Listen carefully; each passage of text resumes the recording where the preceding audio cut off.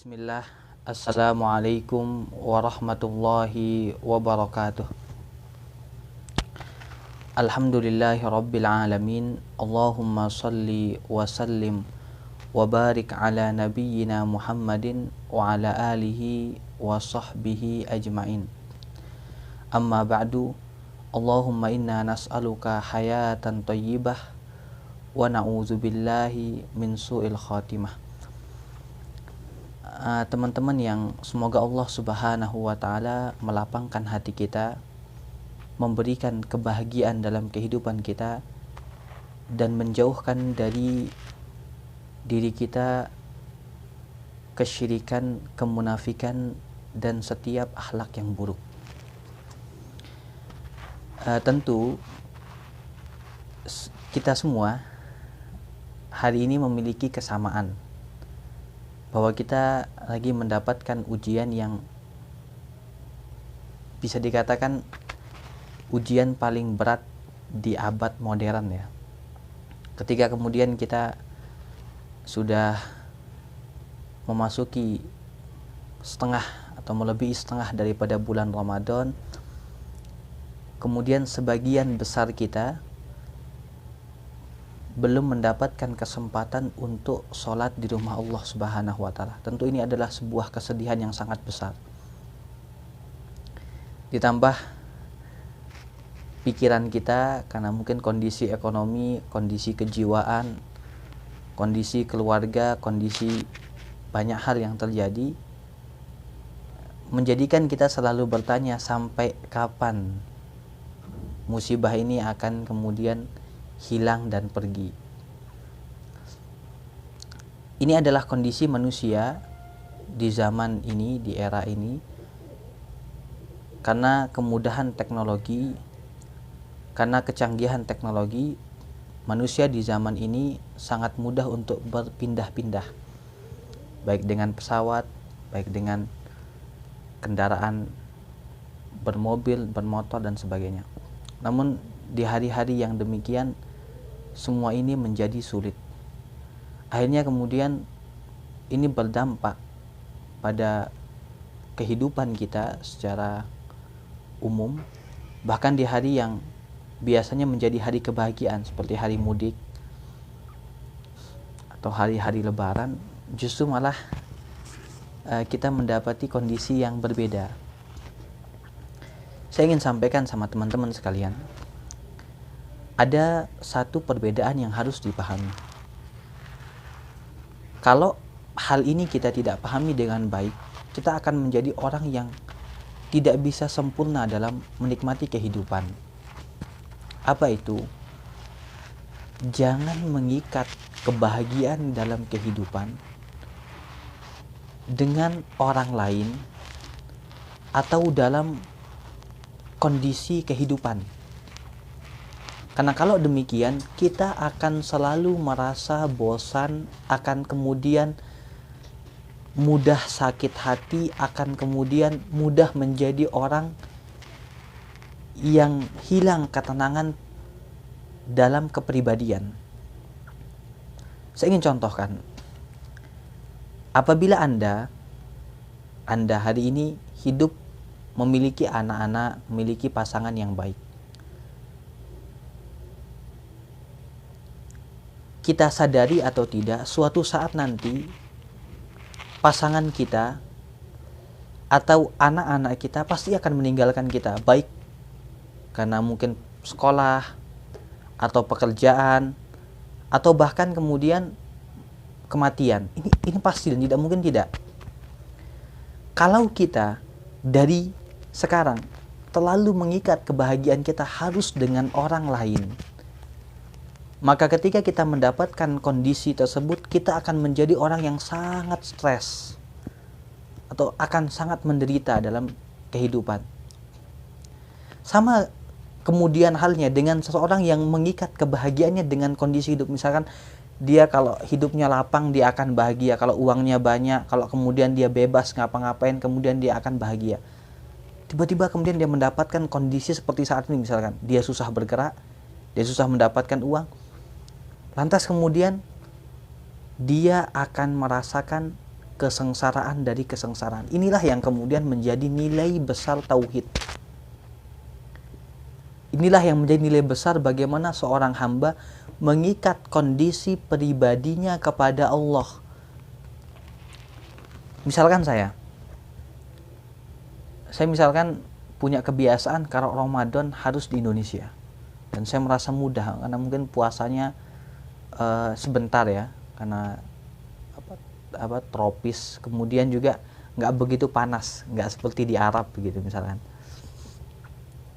Tiba-tiba kemudian saya mendapatkan kondisi yang berbeda, harus puasa di sini tanpa keluarga, bahkan mungkin kemudian dengan kondisi yang sekarang mungkin buka puasa dan sahur tidak semudah hari-hari biasanya. Kalau saya mengikat konsep berpikir kehidupan saya dengan kebiasaan yang saya jalani, maka saya akan menjadi orang yang sengsara. Tapi ketika saya mengikat kebahagiaan saya dengan Allah, gak ada urusan dengan makanan, gak ada urusan dengan pasangan, gak ada urusan dengan orang tua. Selama intinya saya sudah berusaha, kalau tidak bisa ketemu orang tua, saya ganti dengan mengisi waktu-waktu saya memperbanyak mendoakan mereka saat sendirian. Tentu doanya lebih mustajab begitu. Maka kemudian tentu saya akan merasakan kebahagiaan yang lebih tinggi ketika saya mengikat kebahagiaan saya dengan Allah Subhanahu wa taala. Inilah yang menjadi rahasia kenapa orang-orang soleh, meskipun mereka mendapatkan ujian sebesar apapun dalam kehidupan dunia, kalau itu adalah ujian dunia, mereka tidak sama sekali turun level ibadahnya, tidak sama sekali berkurang kebaikan mereka, karena mereka mengikat kebahagiaan mereka kepada Allah Subhanahu wa taala. Dan ini yang harus menjadi sebuah evaluasi renungan ketika kita berpuasa, bahwa Allah menuntut kita untuk menjadi hamba-hambanya yang jujur meskipun seorang diri. Makanya saya ingin sampaikan nasihat untuk saya pribadi dan teman-teman sekalian. Ketika kita sudah balik dewasa, sudah bisa berpikir dengan baik, harus dipahami bahwa tidak ada yang menentukan jalan hidup kita kecuali diri kita sendiri. Bukan pasangan kita, bukan orang tua kita. Makanya pegang ayat, man amila sholihan falinafsih. Kalau engkau beramal soleh, amal soleh itu akan menjadi manfaat untuk dirimu sendiri. Bukan untuk anak Anda, bukan untuk orang tua Anda, bukan untuk pasangan Anda, bukan untuk semua manusia. Waman asa'a fa'alaiha, dan barang siapa yang kemudian berbuat buruk, maka keburukan itu juga akan kembali untuk dirinya dan bukan untuk orang lain.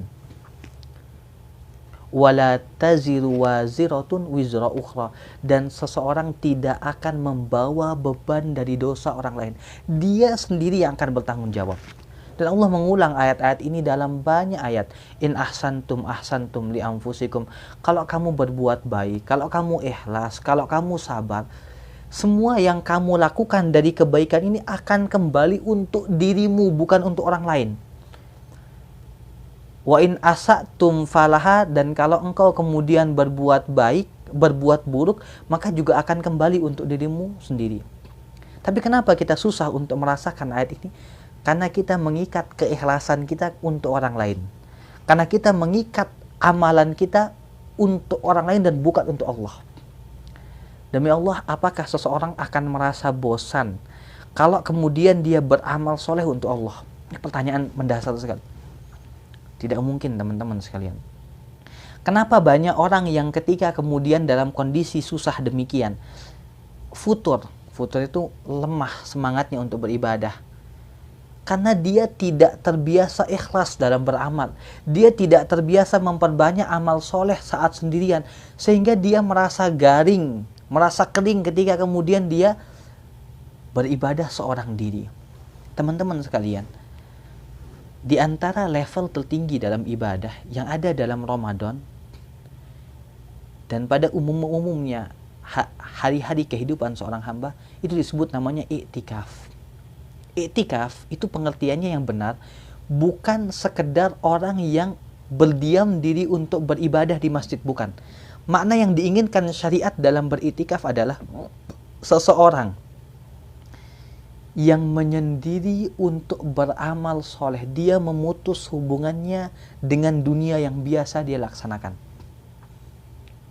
Maka iktikaf itu tidak hanya berlaku di masjid, dia bisa berlaku di tempat mana saja selama seorang hamba memutus hubungannya dengan dunia yang biasa dia kerjakan dalam kehidupan sehari-hari. Dia memutus.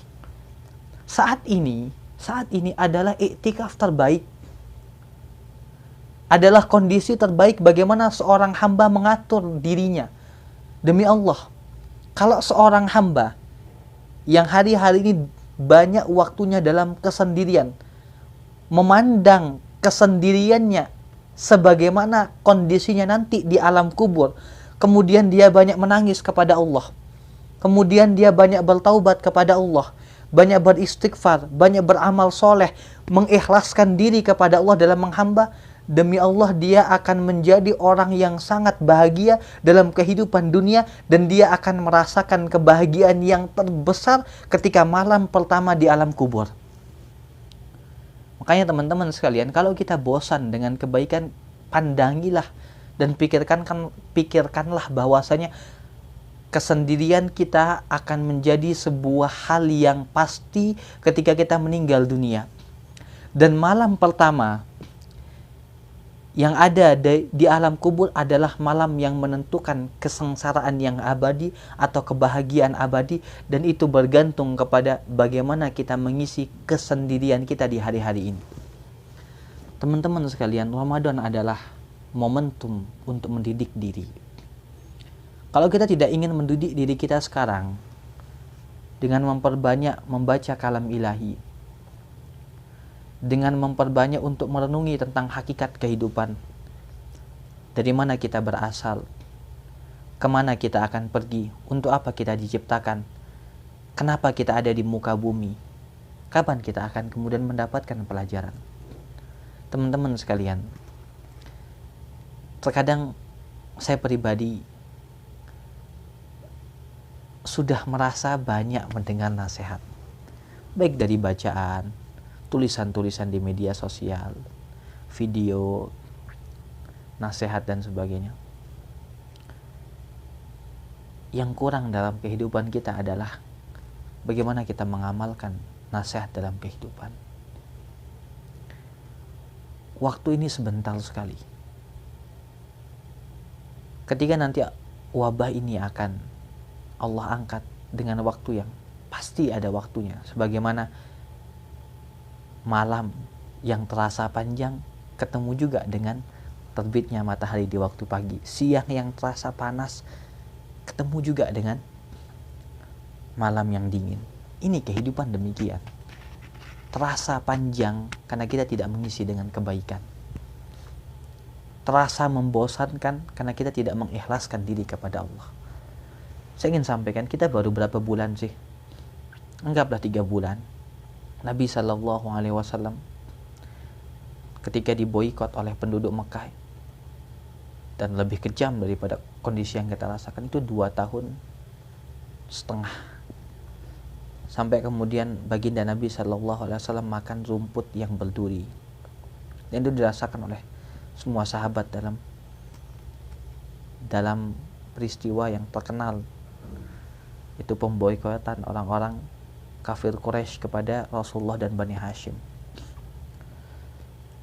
Para nabi, kalau kita membaca Al-Quran, dan sepertiga Al-Quran adalah kisah.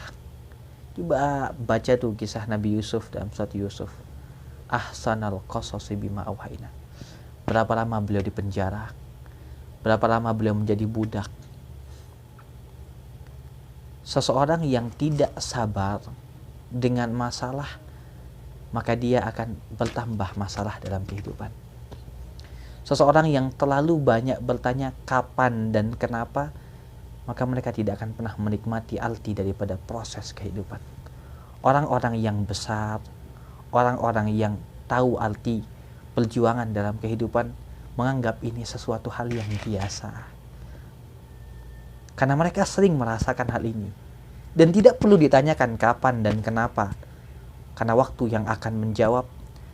Tapi ketika waktu menjawab, pertanyaannya, apa yang kita isi? Bagaimana kita mengisi proses dalam menjalani kehidupan yang ada dalam kondisi yang sulit. Ini yang bisa saya sampaikan, semoga bermanfaat. Wassalamualaikum warahmatullahi wabarakatuh.